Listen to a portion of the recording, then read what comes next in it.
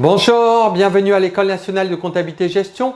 On va étudier aujourd'hui en fait la partie synthétique relative au pouvoir des organes de gestion et il me semble que je vous avais précité, notamment dans la SARL, que le gérant est investi des pouvoirs les plus étendus pour agir en toutes circonstances au nom de la société, que la société est engagée, y compris par les actes du gérant qui dépassent l'objet social, à moins que les tiers en avaient connaissance ou qu'ils ne pouvaient l'ignorer compte tenu des circonstances, étant exclu que la simple publication des statuts ne suffise à constituer cette preuve.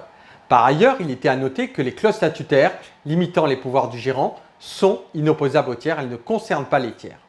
Alors justement, nous allons voir dans la partie relative au pouvoir des organes de gestion, on avait énoncé, me semble-t-il, dans le cadre général de ce cours, que le gérant avait vocation à avait vocation à intervenir dans le cadre de la SARL. C'est-à-dire que le gérant est un véritable organe de gestion de nature à engager la société. C'est la même remarque qui s'applique pour le gérant dans la SNC. Également, dans la SA de type classique, vous avez le président, le directeur général et le conseil d'administration. Dans le cadre de la SA de type moderne, c'est uniquement le directoire qui peut engager la société, puisqu'en fait, on avait vu que le conseil de surveillance n'avait pas vocation à engager la société. J'attire votre attention également sur le fait que si le capital est inférieur à 150 000 €, je le dis, je le répète, le directoire n'est composé que d'un seul membre, appelé le DGU, le directeur général unique. Et dans le cadre de la SAS, le président, voire même le directeur général, ont vocation à engager la société. Alors, sur la synthèse, on avait fait en fait une distinction également sur la SA, la société à responsabilité limitée, les sociétés à responsabilité limitée, où on a effectivement la SARL, l'ASA et la SAS.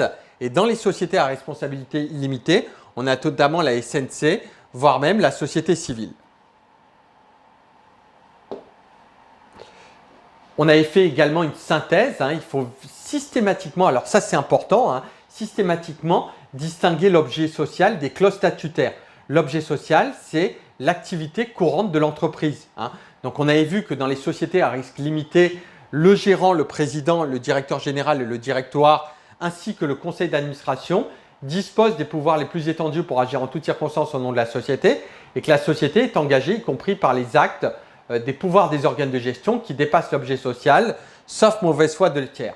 Donc j'attire votre attention également sur le fait qu'un acte qui dépasse l'objet social demeure néanmoins valable dans les sociétés à risque illimité, ce qui n'est pas le cas dans les sociétés à risque illimité où le gérant ne peut agir que dans la limite de l'objet social.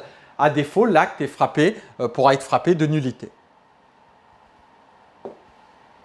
Également, sur les clauses statutaires, on avait vu que les clauses statutaires limitant les pouvoirs des organes de gestion sont inopposables aux tiers. Elles ne concernent pas les tiers, aussi bien pour les sociétés à risque limité que les sociétés à risque illimité. Donc, je vous en prie, ne faites pas la confusion, n'opérez pas la confusion entre l'objet social et une clause statutaire, puisqu'un acte qui viole un gérant, par exemple, qui aurait violé une clause statutaire, il n'en demeure pas moins que l'acte demeure néanmoins valable.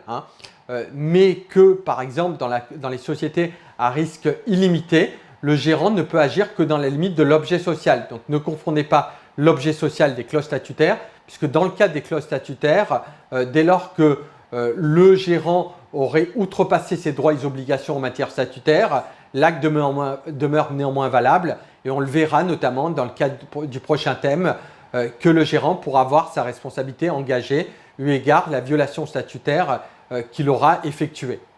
Donc retenez bien, synthèse sur les clauses statutaires, systématiquement que l'acte demeure néanmoins valable.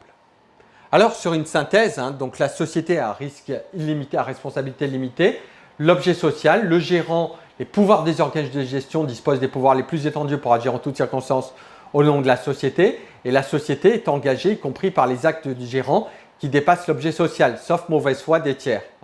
Et dans les clauses statutaires, un acte qui ne respecte pas une clause statutaire, un gérant qui ne respecte pas une clause statutaire, il n'en demeure pas moins que l'acte demeurera valable. Donc un acte qui ne respecte pas une clause statutaire demeure néanmoins valable, ce qui est également le cas dans les sociétés à risque illimité, mais que néanmoins, il y a attention à cette exception sur les sociétés à risque illimité, notamment dans le cas du gérant, que le gérant ne peut agir que dans la limite de l'objet social. À défaut, l'acte pourra être frappé de nullité. L'acte est frappé de nullité, on dit qu'il est nul dans ce cadre précis. Voilà. J'espère en tout cas que le cours aura été assez clair, assez profitable, cette synthèse en tout cas. Je vous remercie immensément de votre attention, de votre écoute. N'hésitez pas à laisser quelques commentaires, voire même des pouces vers le haut, dans la mesure de votre possible. Je vous remercie immensément de votre attention, de votre écoute et vous dis à bientôt à l'École nationale de comptabilité et gestion.